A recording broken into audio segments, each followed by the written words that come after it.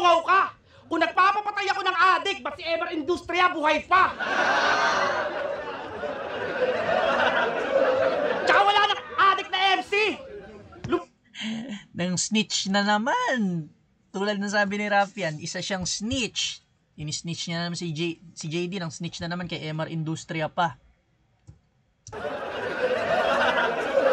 Tsaka wala nang adik na MC! Lumipas na yung panahon! Hindi ko na kailangan ng porn, wala nang balakid sa akin ngayon! Tapos kumukuha ka pa ng ganyan, putang ina mo ka! Ako naman!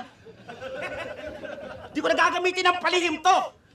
Ay, ayoko suotin, baka magdilim yung paningin ko!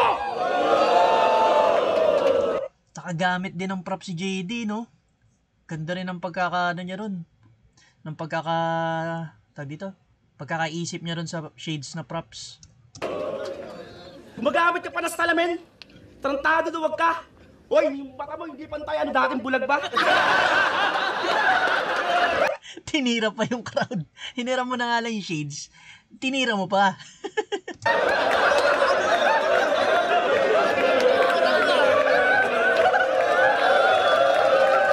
Tarantado pagkapeke! Masyado kang paleche! Gumagamit sa salamin para makalamang sa lente! Tanga! Pag nag-arouse ka, OA mag-reaction. Grabe ang cringy. Sobrang OA ng reaction para mga reaction video ni Cripply. Asa na yun? Isa pa yan, si Boy Tapik! Yung pants mo na sip-sip, sana atakihin siya sa puso na may pakinabang yung patapik-tapik ka sa dibdib! Ang lakas, tuloy-tuloy momentum dito ni JD. Ganda ng freestyle niya. Mag-iisang minuto, no? Parang puro freestyle lang eh. Parang hindi siya written eh.